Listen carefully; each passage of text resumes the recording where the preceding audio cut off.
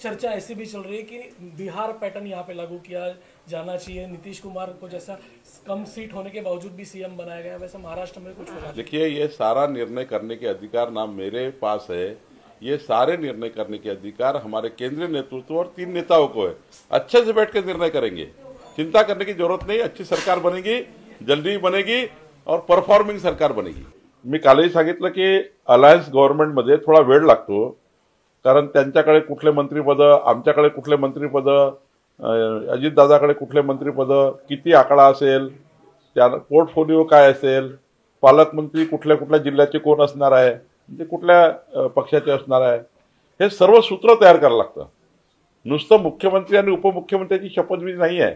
3 पक्ष आहे, 3 पक्षाला काय काय मिळणार आहे त्यावरही शिक्कामोर्तब होईल। 75 तासानंतर होईल का हे साधारण, म्हणजे 3 दिवसानंतर डिसेंबर महिना उजाडेल काय?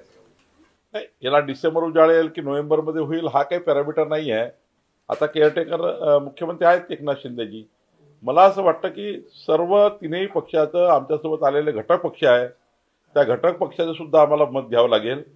पण एकंदरीत जेव्हा सरकार बनेल तेव्हा सरकार हे पूर्ण क्षमतेने बनेल, पूर्ण सर्वात व्यवस्थित पद्धतीने सर्वच पक्षाला न्याय मिळाला पाहिजे असं सरकार बनेल। प्रदेशाध्यक्ष म्हणून काय वाटतं तुम्हाला? 132 आमदार निवडून आले, कोण मुख्यमंत्री आहे मनातला तुमचा आणि तुमच्या आमदारांच्या मनातला कोण मुख्यमंत्री? असं आहे, तुम्हाला माहिती आहे, भारतीय जनता पार्टीच्या प्रत्येक कार्यकर्त्याला, प्रत्येक नेत्याला वाटतं की महाराष्ट्राचे नेते देवेंद्र फडणवीस मुख्यमंत्री व्हावे। मी मागेही सांगितलं, एकनाथ शिंदेच्या कार्यकर्त्याला वाटतं की एकनाथ शिंदे व्हावे, अजितदादांच्या लोकांना वाटतं अजितदादा व्हावे। माझं एवढंच म्हणणं आहे की मुख्यमंत्री योग्य पद्धतीने शपथ घेतील, लवकरच महायुतीचा मुख्यमंत्री येईल।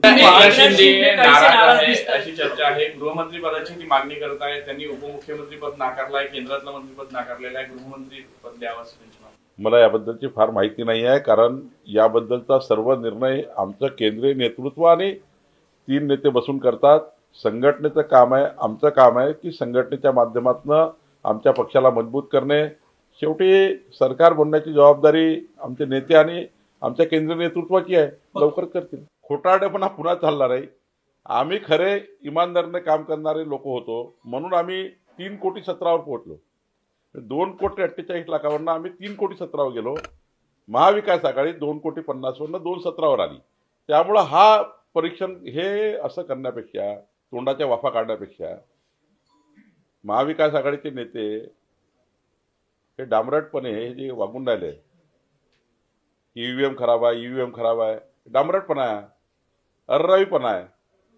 हा अर्रावीपणा, डांबरटपणा करण्यापेक्षा मतावर लक्ष दिलं पाहिजे, कुठं कमी झालं।